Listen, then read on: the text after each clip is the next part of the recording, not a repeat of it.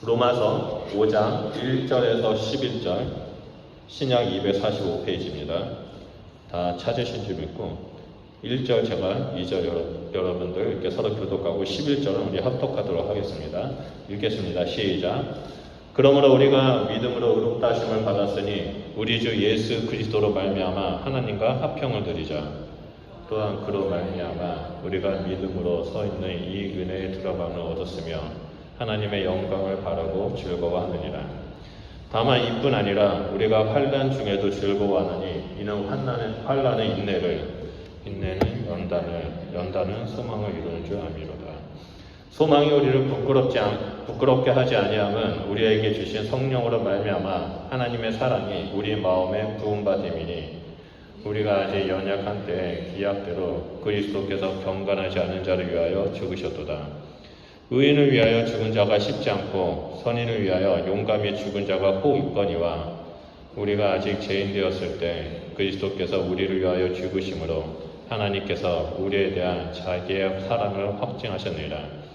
그러면 이제 우리가 그의 피로 말미암아 의롭다 하심을 받았으니 더 그로 말미암아 진노하심에서 구원을 받을 것이니 곧 우리가 원수 되었을 때 그의 아들의 죽으심으로 말미암아 하나님과 화목하게 되었는즉 화목하게 된 자로서는 더 그의 살아나심으로 말미암아 구원을 받을 것이니라. 그뿐 아니라 이제 우리도 화목하게 하신 우리 주 예수 그리스도로 말미암아 하나님 안에서 또한 즐거워하느니라. 아멘. 네, 오늘 본문 말씀은 로마서 5장 1절에서 11절입니다. 제목은 믿는 자에게 주어진 영적인 유익, 믿는 자에게 주어진 하나님의 놀라운 특권, 축복에 대해서 나누려고 합니다. 로마서에서 말하는 복음의 핵심은요, 죄인으로 죽을 수밖에 없는 우리가 예수 그리스도의 믿음으로 말미암아 구원을 얻는다는 것입니다. 이것을 설명하기 위해서 바울은요, 모든 인간은 죄인이라는 사실을 아주 강력하게 강조합니다. 그래서 로마서 1장부터 4장을 보면 모든 죄악들이 쫙 나오죠. 그래서 그 이유는 자기 자신이 죄인이라는 사실을 인정해야지만 우리를 위해 죽으신 예수 그리스도를 우리가 믿을 수 있기 때문입니다. 그래서 바울은 아무리 유대인이라 할지라도 혈통이나 할례나 율법을 통해서 의롭게 될 수 없다라고 말합니다. 그러면서 구원받을 수 있는 유일한 길에 대해서 알려주는데 그 길은 바로 하나님의 은혜로 말미암은 구원이라고 말합니다. 그러면서 이 구원받을 수 있는 유일한 길에 대해서 그 예수님만이 하나님의 은혜의 표상으로 하나님의 은혜가 예수님을 통해서 나타났다라고 강조하죠. 예수님은 이 땅에 오셨습니다. 그리고 십자가에서 죽으시고 부활하시는 하늘에 승천하셨습니다. 또한 예수님은 우리를 위해서 우리가 지은 모든 죄를 대신 짊어지고 죽으셨습니다. 이 사실을 믿는 모든 사람들은 하나님의 은혜가 주어졌고 그 죄가 사함받게 됩니다. 또한 예수님이 부활하셨다는 사실을 믿는 자에게는 새 생명이 주어집니다. 아담과 하와가 죄를 지음으로 이 땅에 사망이 들어왔고 예수님을 믿음으로 우리의 죄가 해결되자 그 새 생명이 우리에게 오게 된 것입니다. 이 모든 것들은 율법의 행함으로 인한 것이 아니고 그저 우리가 예수님을 믿는다는 이유 하나 때문에 하나님께서 우리에게 주신 은혜입니다. 우리는 하나님의 은혜로 말미암아 하나님의 자녀가 되었고 믿음으로 의롭다 하심을 여김을 받게 되었습니다. 이것이 바로 로마서 1장에서 4장에 나오는 핵심 내용입니다. 그리고 나서 5장부터는 이 구원받은 하나님의 자녀들이 어떻게 살아야 하는지를 알려줍니다. 하나님의 진노에서 벗어나서 의롭게 된 자들에게 하나님께서 선물을 주셨다고 말합니다. 그 선물은 그리스도인들의 특권이고 그리스도인의 영적 유익이 된다고 말합니다. 우리가 하나님이 주신 선물, 이 영적 유익을 알게 되었을 때 우리는 비로소 이 땅에 참된 그리스도인의 삶을 살 수 있게 됩니다. 하나님이 나에게 어떠한 선물을 주셨는지 알아야지만 우리가 그리스도인의 삶을 살게 되는데 모른다면 우리는 그저 형식적인 그리스도인이 될 수밖에 없습니다. 우리가 하나님 우리에게 주신 그 놀라운 특권, 선물, 영적 유익을 알게 된다면 우리의 삶 가운데 폭풍이 몰아치고 환난이 다가온다 할지라도 우리는 하나님만 바라보며 즐거워할 수 있습니다. 그래서 이 시간에는 하나님께서 우리에게 주신 그 선물이자 특권이자 구원받은 백성들에게 주신 그 영적 유익에 대해서 좀 살펴보려고 합니다. 그 첫 번째가 영적 유익은 하나님과 합평을 누리는 삶입니다. 우리 다 같이 1절을 보도록 하겠습니다. 1절 우리 다 같이 한번 읽어볼까요? 시작. 그러므로 우리가 믿음으로 의롭다 하심을 받았으니 우리 주 예수 그리스도로 말미암아 하나님과 합평을 누리자. 아멘. 여기서 우리가 살펴봐야 할 단어가 있는데요. 두 가지 단어가 있습니다. 하나는 화평이고 하나는 누리자입니다. 이 화평은 헬라어로 에이레네입니다. 이 에이레네는요, 전쟁이 끝나고 평화가 다가왔다라는 뜻입니다. 화평이 없다는 것은 서로 죽이는 그런 전쟁 가운데 있다는 것이고, 화평이 왔다는 것은 이제 전쟁이 끝났다는 것을 말합니다. 그리고 누리자는 우리 성경을 보면 누리자라고 이렇게 권면하는 식으로 나오는데, 헬라어 원문 성경을 보면 에코멘으로서 누려야 한다, 누리고 있다, 우리는 이미 누리고 있다, 누린다라는 의미입니다. 한마디로 바울은 하나님과 합평을 누려야 한다라고 말하는 것이 아니라 예수 그리스도로 말미암아 우리는 지금 합평을 누리고 있다라고 말하는 겁니다.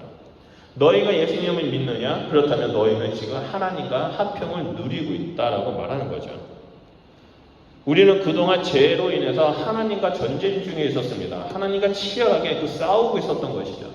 하나님의 원수가 되었고 하나님의 적대적인 관계였습니다. 매일의 삶 속에서 하나님과 나와 전쟁을 하면서 누가 삶의 주인이냐, 누가 내 삶을 통치하느냐라는 그 자리를 두고, 주인된 자리를 두고 매일같이 하나님과 전쟁을 했습니다. 그런데 이 전쟁은 서로 대등한 전쟁이 아니죠. 결론을 본다면 이 전쟁은 일반적으로 하나님께 치우친 전쟁입니다. 전력 차이가 확연히 다릅니다. 언젠간 인간은 하나님 앞에서 진멸될 수밖에 없는 그런 전쟁 가운데 있는 거죠. 백전백패입니다. 결코 하나님을 이길 수가 없습니다. 우리는 오직 하나님 앞에 진멸을 받을 수밖에 없었습니다. 이 전쟁으로 말미암아 죽을 수밖에 없죠. 그런 우리를 긍휼히 여기신 분이 또한 하나님이십니다. 우리를 구원하시기 위해서, 이 전쟁에서 우리를 살리시기 위해서 예수님이 이 땅에 오셨습니다. 그리고 예수님께서 우리를 대신해서 그 저주받은 나무 십자가에 매달려 죽으심으로 말미암아 이 전쟁을 끝내버리셨습니다. 그리고 마침내 하나님과 합평을 누리게 되었습니다. 하나님을 믿는 자들은, 예수 그리스도를 믿는 자들은 하나님과 합평을 누리는 삶이 엄청난 축복이고 특권이라는 것을 알아야 됩니다. 왜냐하면 우리는 더 이상 죽을 수 있는 그런 존재가 아니라는 거죠. 더 이상 이 전쟁에서 진멸되는 전쟁이 아니라 하나님과 합평을 누림으로 말미암아 영원한 삶을 살아가는 자가 되었다는 것을 의미하기 때문입니다. 그런데 오늘날 교회 다니는 성도님들을 보면, 목회자들을 보면 하나님과 화평을 누리는 것에 대해 별로 관심이 없습니다. 오직 물질적인 축복에 관심이 많고 자기가 원하는 소원을 이루는 것에 관심이 많습니다. 그래서 물질에 눈이 멀어서 하나님과 화평을 누리는 것보다는 부자가 되는 것에 대해서, 명예를 소유하는 것에 대해서 결국 이런 것들에 대한 우상을 만들어서 섬기게 됩니다. 정말 안타까운 일이죠. 우리 교회는 그런 분들이 없어서 너무 감사합니다. 이 구원받은 하나님의 백성이 제일 먼저 관심을 가져야 하는 것은요, 우리의 왕 되신 하나님과 화평을 누리는 겁니다. 이 화평은 우리의 힘과 노력으로 이룰 수 없습니다. 오직 예수 그리스도만이 할 수 있습니다. 예수님이 나를 위해 화목제물이 되셨다는 것을 믿기만 한다면 우리는 의롭게 되고 하나님과 화평을 누릴 수 있습니다. 그런데 때로는 하나님이 나를 벌하시면 어떡하지 이렇게 두려워하시는 분들이 있습니다. 내가 이걸 안 하면 하나님이 나를 벌하실까? 내가 이렇게 안 하면 하나님이 나를 축복 안 해주시면 어떡하지? 여러분, 그런 모습들은 하나님과 합평을 이루지 못하는 모습입니다. 우리는 하나님께서 나를 축복하시고 나에게 이런 영적인 축복과 유익과 특권을 주셨다는 걸 기억하면서 하나님과 함께하는 삶, 하나님과 동행하는 삶을 살아야 한다는 거죠. 내가 주인이 되기 위해서, 내 삶의 주인이 되기 위해서 그 통치의 자리에 앉으려고 하나님과 싸우는 것이 아니라, 저는 하나님의 자녀입니다. 하나님 말씀대로 살겠습니다. 하나님, 제 삶을 주님께서 주시는 평안 가운데 다스려 주십시오라고 우리는 기도해야 한다는 겁니다. 바울은 이 합평을요, 10절과 11절을 보면 화목이라고 말합니다. 우리가 원수 되었을 때 하나님과 화목을 누리게 되었다라고 말합니다. 그뿐만 아니라 우리로 화목하게 하신 우리 주 예수 그리스도로 말미암아 우리는 하나님 안에서 즐거워한 자가 되었다라고 말합니다. 하나님과 합평을 누리는 삶을 보면 하나님과 함께 즐거워하는 삶입니다. 내가 이 땅에 걸어가는 것도, 내가 여기서 운전하면서 어딜 가는 것도, 누군가를 만나는 것도 하나님 안에서 즐거워하는 그런 삶이어야 한다는 거죠. 그래서 우리가 늘 기억하는 것은 항상 기뻐하고 쉬지 말고 기도하고 범사에 감사하는 삶이 우리의 삶 속에 습관처럼 계속해서 나타나야 한다는 겁니다. 하나님과 합평을 누리는 삶은 이 믿는 그리스도인들에게 놀라운 축복이고 특권입니다. 영적인 유익입니다. 우리 성도님들은 매 순간마다 그 하나님의 합평, 하나님과 화목되는 삶을 좀 묵상하면서 그 하나님과 함께 동행하는 삶을 살아가시길 주님의 이름으로 축원드립니다. 영적 유익의 두 번째는요, 믿음으로 은혜의 들어감을 얻는 것입니다. 2절을 보도록 하겠습니다. 또한 그로 말미암아 우리가 믿음으로 서 있는 이 은혜의 들어감을 얻었으며 하나님의 영광을 바라고 즐거워하느니라. 우리가 믿음으로 하나님과 합평을 누리는 자가 되었죠. 그리고 나서 우리는 믿음으로 이 은혜에 들어가는 자가 되었습니다. 여기서 은혜는요, 우리가 잘 알고 있는 하나님의 자비하심, 하나님의 은혜, 그 속성, 하나님의 성품을 의미하는 것이 아니라 하나님께서 은혜로 다스리는 그 영역, 그 위치를 말합니다. 다시 말해서 내가 들어간다는 것은 하나님의 임재의 장소, 하나님의 은혜의 장소에 내가 들어간다는 거죠. 그리고 여기서 들어감이라는 말이 있죠. 이 은혜의 들어감을 얻었으며 해서 이 들어감은 구약의 제사 제도를 배경으로 가진 단어입니다. 다시 말해서 아무런 방해 없이 지성소로 들어갈 수 있다는 거죠. 구약 시대에는 하나님의 임재가 머무는 지성소에는요, 1년에 단 한 번만 들어갈 수 있었습니다. 그것도 아무나 들어가는 것이 아니라 오직 대제사장 한 명만이 대속죄일에 들어갈 수 있었습니다. 이 지성소에 들어가기 위해서는 대제사장이 짐승의 삐를 뿌리고 나서 속죄한 후에 들어갈 수 있었습니다. 하지만 우리의 영원하신 대제사장이신 예수님이 이 땅에 오심으로 말미암아 우리는 이 지성소에 들어갈 수 있게 되었습니다. 예수님께서 찔리시고 채찍을 맞으시고 그 못으로 온몸이 찔리면서 손과 발이 찔리면서 십자가에 매달려서 모든 피를 성소에다가 뿌리셨습니다. 단번에 속죄하셨습니다. 그래서 휘장은 찢어졌고 우리는 이 예수님을 통해서 하나님의 은혜의 자리, 하나님의 임재의 자리에 들어갈 수 있었습니다. 그래서 우리는 예수님 때문에 담대하게 하나님 앞에 나아갈 수 있었습니다. 이 믿음으로 은혜에 들어간다는 것은 하나님의 임재 가운데 들어가는 것을 말합니다. 히브리서 기자가 히브리서 10장 19절과 20절에 이렇게 말했죠. 우리가 하나님의 은혜와 보좌 앞에 담대하게 나아갈 수 있는 것은 예수 그리스도께서 중간에 막힌 시장을 열어놓으셨기 때문이라고 말씀하십니다. 예수님은 하나님과 나와의 막힌 담을 허무셨고 그 길을 들어오라고 초청하고 계십니다. 그래서 하나님과 화목을 누리고 임재 가운데 머물라고 말씀하시죠. 우리는 예수님 때문에 담대하게 하나님의 임재 가운데 나아감을 얻었습니다. 이제 우리는 어디에 있든지 어디로 가든지 기도를 통해서 예배를 통해서 말씀을 통해서 우리가 머무는 그 자리에서 하나님의 임재 가운데 들어갈 수 있게 되었습니다. 그것도 담대하게 내 몸에 무언가가 묻었다 할지라도 죄가 묻었다 할지라도 우리는 담대하게 그 보혈에 의지해서 하나님 저 좀 용서해 주십시오. 저를 긍휼히 여겨주십시오라고 나아갈 수 있다는 겁니다. 근데 많은 사람들이 그 하나님과 화목을 이루고 임재 가운데 들어가는 것을 어려워합니다. 하나님을 두려워합니다. 하나님을 오해합니다. 구약 성경에 있는 하나님과 신약 성경에 있는 하나님이 다르다라고 말합니다. 너무 무섭다라고 말합니다. 하나님 앞에 들어가는 모든 길, 은혜의 길은 우리에게 열려 있었습니다. 우리는 담대하게 하나님 앞에 나아갈 수 있는데 사단은 우리의 발목을 잡고 못 가게 막습니다. 우리를 정죄합니다. 하나님이 너의 죄 때문에 두려워하게 할 거야. 하나님이 너를 은혜 가운데 못 들어오게 막을 거야. 사단은 우리를 정죄를 하죠. 하지만 우리가 기억해야 하는 것은 이미 하나님은 우리에게 합평을 주셨고 하나님의 우리가 어떠한 모습이든 간에 하나님의 은혜 가운데 들어올 수 있도록 길을 열어놓으셨다는 겁니다. 우리는 날마다 매 순간마다 이 은혜의 길에 들어가야 됩니다. 은혜의 자리에 들어가야 합니다. 하나님께서 그 휘장을 찢으시고 열어놓으셨던 그 지성소로 우리는 날마다 들어가야 한다는 거죠. 길을 걸어가면서도 하나님의 사랑을 묵상하고 하나님의 은혜를 묵상하면서 하나님 앞에 나아가야만 합니다. 운전할 때도 찬양을 부르고 사람들을 만날 때도 하나님의 은혜를 구하면서 그 자리에 들어가야만 합니다. 일을 하다가도 하나님 감사합니다라고 짧은 감사의 기도를 통해 고백을 통해 하나님의 은혜 가운데 우리는 들어갈 수 있습니다. 그리고 그곳에서 하나님의 영광을 바라고 즐거워하게 됩니다. 여기서 언급한 하나님의 영광은 천국에서 하나님과 함께 누리는 영광을 말합니다. 지금 나는 연약한 육신에 갇혀 있어서 때로는 쓰러지고 무너지고 죄를 지을 수 있지만 내가 끝까지 하나님의 자리에, 은혜의 자리에 들어가서 하나님 붙잡고 서 있더니 결국에 저 천국에 가서 하나님의 모습으로, 하나님의 형상으로 변화되는 그 모습이 바로 하나님의 영광입니다. 그렇기 때문에 우리는 지금 이 순간에도 우리는 즐거워할 수 있습니다.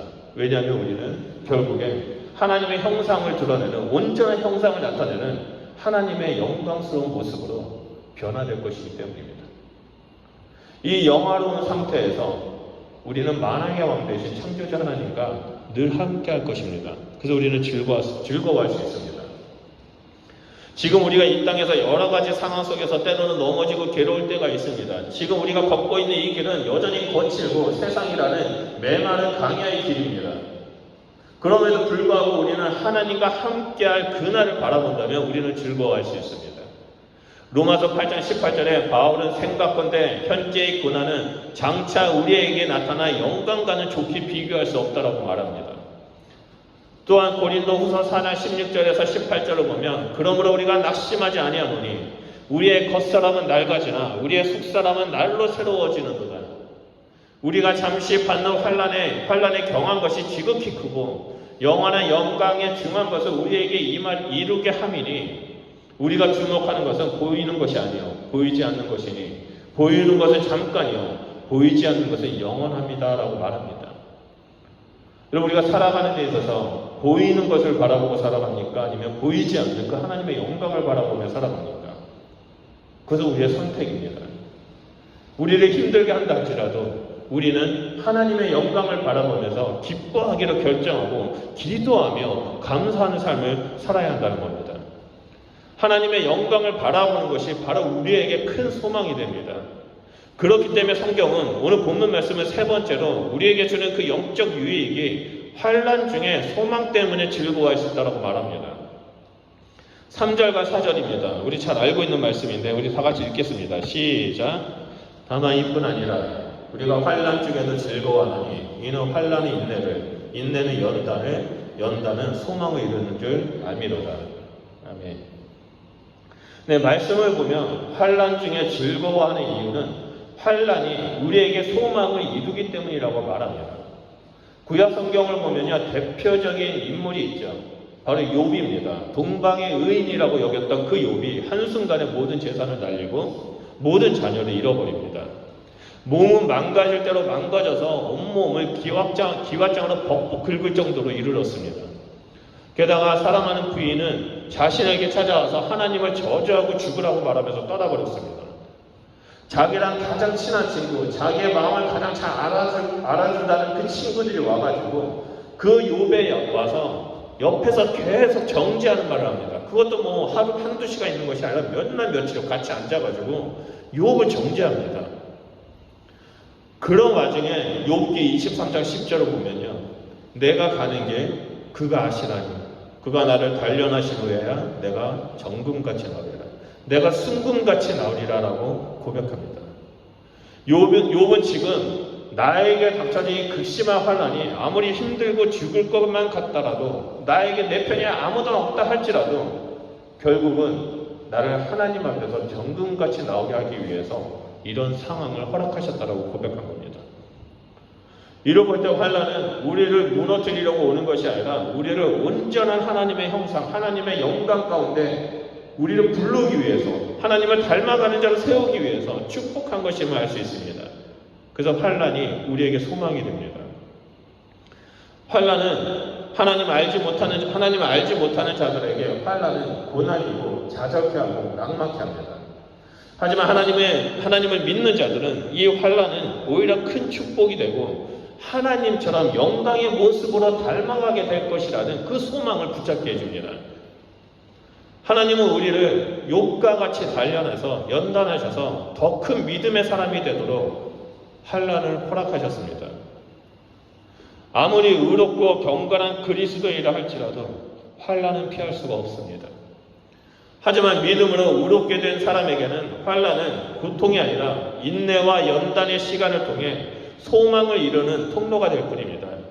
이것이 환난 중에도 즐거워하는 이유가 있습니다. 여기서 좀 몇 가지 단어를 한번 살펴보겠습니다. 여기서 환난이라는 단어는 헬라어로 들마셋인데요. 이 들마셋이 환난, 헬라어로 뜻이 뭐냐면 포도주를 만들기 위해서 생포도를 틀에 넣어가지고 으깨듯이 압력을 줘서 으깨는 그 과정을 환난이라고 말합니다. 생생한 포도주를 포도주 틀에 넣어서 짓누르는 겁니다. 이게 환난입니다. 그리고 인내는 히포모네인데요. 이거는 포도주를 으깨어 포도주를 만들 때 으깨는 그 압력을 버티는 겁니다. 그 압력 가운데 나를 내어주는 겁니다. 그래서 포도가 그 압력에 나를 짓누를 수 있도록 그 압력을 견뎌낼 것, 이것이 인내입니다. 그리고 연단은 헬라어로 도키메입니다. 이거는 뭐냐면 증명되다, 승인되다라는 뜻을 가지고 있습니다. 결국 이 환난과 인내와 연단은요, 포도를 으깨어서 좋은 포도주라는 것을 증명하는 것, 좋은 포도주라는 것을 인증하는 것, 과정을 말합니다. 이로 볼 때 믿음의 사람은요, 이 환난과 인내를 통해 그 사람의 믿음과 신실함이 증명된다는 것을 볼 수 있습니다. 환난이 다가왔을 때 내가 그 자리에서 떠나고 하나님을 떠나가고 나한테 이렇게 어려운 일을 하나님이 주니까 나는 믿을 수 없다고 떠나는 사람들은 그 사람의 믿음을 증명할 수 없습니다. 하지만 환난이 다가온다 할지라도 끝까지 하나님을 붙잡고 이겨내는 사람들에게는 하나님께서 그 믿음을 증명해 주시고 인정해 주신다는 겁니다. 다니엘은 사장을 해서 그 믿음을 증명했습니다. 요셉은 이 보디발의 집에서 노예 생활을 하고 억울하게 누명에 받아가지고 감옥에 갇혔을 때 신실하게 자신의 믿음을 지켜냈습니다. 그 결과 사람들은 다니엘과 요셉을 보면서 이들은 하나님께서 함께하는 사람이라고 놀라워했습니다. 이처럼 환난은 우리가 믿음의 사람이라는 것을 증명해 줍니다. 그렇다면 이 환난은 인내를 연단을 소망을 이루어준다고 했는데 그 소망은 무엇입니까? 그 소망은 바로 하나님의 영광입니다. 아까 말씀드렸던 것처럼 소망은 나는 지금 연약한 모습으로 쓰러지고 있지만 언젠가는 저 천국에서 하나님의 완전한 형상 예수 그리스도를 닮아가는 자가 될 거야. 그게 우리의 소망이라는 겁니다. 나는 저 천국에서 고통도 없이 배고픔도 없이 떵떵거리면서 잘 먹고 잘 살 거야가 소망이 아니라 우리의 진정한 소망은 저 천국에서 하나님처럼 그 영광의 모습, 예수 그리스도의 모습으로 나는 서게 될 거야가 우리의 소망이라는 거죠. 여러분, 천국의 소망에 대해서 오해하지 않았으면 좋겠습니다. 나는 궁궐 같은 집, 황금길을 걸어가면서 살아갈 거야. 그게 내 소망이야. 그렇다면 우리는 이 천국을 오해하고 있는 겁니다. 천국의 소망을 잘못 갖고 있는 겁니다. 본질을 바라보는 것이 아니라 비본질을 바라보는 겁니다. 본질은 그 천국에서 하나님의 모습으로, 하나님을 닮아가는 그 모습으로 서 있는 게 우리의 본질인 겁니다. 하나님은 믿음으로 의롭게 된 우리가 예수 그리스도를 닮아가는 자가 되길 원하십니다. 예수님께서 이 땅에 오셔서 하나님의 뜻을 이룬 것처럼 우리 역시 하나님의 뜻을 이루는 자가 되길 원하고 있습니다. 그래서 세상에 빛된 존재가 되어서 빛된 존재가 되어서 이 세상에서 빛을 발하고 소금의 역할을 하고 결국엔 저 천국에서 영광스러운 모습으로 살아가기를 원하고 계십니다. 그렇기 때문에 하나님이 우리의 소망이 되십니다. 우리의 소망은 전혀 부끄럽지가 않습니다. 그 이유는 5절에 우리에게 주신 성령으로 말미암아 하나님의 사랑이 우리 마음에 가득 부어주셨기 때문입니다. 믿음으로 의롭게 된 자는 성령님께서 오셔서 내주하고 계십니다. 우리는 성령 안에 거하고 성령은 우리 안에 거하십니다. 성령님께서 우리와 함께하여 주심으로 말미암아 우리는 하나님의 임재를 느끼게 되고 하나님과 화목을 누리게 되고 하나님의 사랑을 가득받게 됩니다. 하나님께서는 그 사랑을 우리에게 부어주셨는데 우리가 잘날 때 부어진 것이 아니라 우리가 율법을 열심히 해서 선한 일을 하고 또 우리가 의롭게 살려고 할 때 부어주신 게 아니라 6절을 보면 하나님의 사랑은 우리가 연약할 때 부어줬다고 말합니다. 8절에 보면 죄인이었을 때 하나님의 사랑을 우리에게 부어주셨다고 말합니다. 10절을 보면 우리가 원수가 되었을 때 하나님께서 우리에게 끊임없이 사랑을 부어주셨다는 겁니다. 우리의 모습이 어떠하든 간에 하나님은 우리에게 사랑을 부어주셨고 예수 그리스도를 보내주셨습니다. 예수님이 흘리신 피를 보시고 죄인된 우리의 죄를 용서해 주셨습니다. 그리고 우리를 의롭다라고 말씀하시고 하나님의 자녀로 우리를 입양시켜 주셨습니다. 그리고 화목해 하셨습니다. 이 모든 것이 하나님의 사랑이며 은혜의 결과입니다. 여기에는 그 어떠한 인간의 노력도 행위도 없습니다. 우리는 은혜로 말미암아 이 모든 영적 유익, 하나님의 축복, 그리스도인 된 자의 특권을 가지게 되었습니다. 우리를 하나님과 합함케 하시고 은혜에 들어가도록 우리를 인도하셨고 하나님의 임재 가운데 머물도록 하셨습니다. 그리고 이 땅에서 환난 중에 소망을 이루도록 하셨습니다. 오늘 함께 예배드리는 우리 성도님들은 이런 영적 유익을 하나도 빠짐없이 누리는 믿음의 사람이 되시길 바랍니다. 날마다 그 소망 되신 하나님을 붙잡고 임재 가운데 담대하게 들어가시길 바랍니다. 하나님, 제가 이 죄를 지어서 제 몸에, 이 거룩한 몸에, 의로운 몸에 시커먼 게 묻었는데 다시 한번 깨끗하게 씻어주십시오. 저를 정결케 해주십시오. 하나님, 저와 다시 한번 화목을 누리는 자가 되게 해주십시오. 그러면서 우리가 어떠한 상황인지 낙심하지 않고 감사하고 즐거워하는 그리스도인이 되어야만 합니다. 이것은 우리에게 주어진 하나님의 놀라운 축복이자 특권입니다. 저는 여러분들이 한 분도 빠짐없이 이 특권을 누리길 바랍니다. 날마다 하나님을 기억하면서 은혜 가운데 들어가 소망 되신 하나님과 함께 믿음의 길을 걸어갈 수 있는 주의 백성이 되기를 소원합니다. 그래서 담대하게 하나님은 내 아버지다라고 고백하고 하나님 앞에 구할 건 구하고 하나님 뜻대로 살아가는 주의 백성이 되시길 주님의 이름으로 축원드립니다. 우리 이 말씀을 기억하면서 기도하도록 하겠습니다. 우리는 지금 이 땅에 살아가면서 이 세상이라는 강야, 메마른 강야, 거칠은 강야에 살아가면서 나는 지금 어떻게 살아가고 있는가? 하나님 안에서 화목을 누리며 살아가고 있는가? 하나님의 임재 자리에 들어가면서 살아갈까? 날마다 담대하게 하나님 앞에 서 있는가? 아니면 내가 어떠한 일을 잘못했을 때 하나님 앞에 혼날까봐, 심판받을까봐 두려워하고 있는가? 아니면 내가 잘못을 했을 때 하나님 앞에 담대히 나아가서 다시 한번 예수 그리스도의 보혈로 정결케 해달라고 말하고 있는가? 또한 나는 이 땅에서 하나님 앞에 하나님만을 소망으로 두고 살아가고 있는가? 하나님처럼 영광의 모습으로 변화된 것, 하나님의 형상을 닮아가는 것에 대한 소망을 두고 살아가고 있는가? 아니면 이 땅에서 썩어지는 것, 썩어가는 것들, 보이는 것들, 그것들을 바라보면서 살아가고 있는 것. 우리 그것들을 좀 살펴보면서 하나님, 내 삶 가운데 하나님만이 나의 소망이 되어 주십시오. 하나님, 제 삶 가운데 하나님만이 나의 구원이 되어 주십시오. 하나님만이 나의 주인이 되어 주십시오. 그래서 하나님과 싸우는 자가 되는 것이 아니라 하나님과 전쟁하는 자가 되는 것이 아니라 하나님과 동행하는 자가 되게 하시고 화평을 누리는 자가 되게 하시고 일을 하다가도 길을 가다가도 하나님 감사합니다, 하나님 사랑합니다라고 짧은 고백을 통해서 담대하게 하나님 앞에 들어갈 수 있도록 성령 하나님 저를 주장하여 주십시오라고 우리 이 시간에 주여 삼창하며 우리 하나님 나아가 기도하도록 하겠습니다. 기도하겠습니다.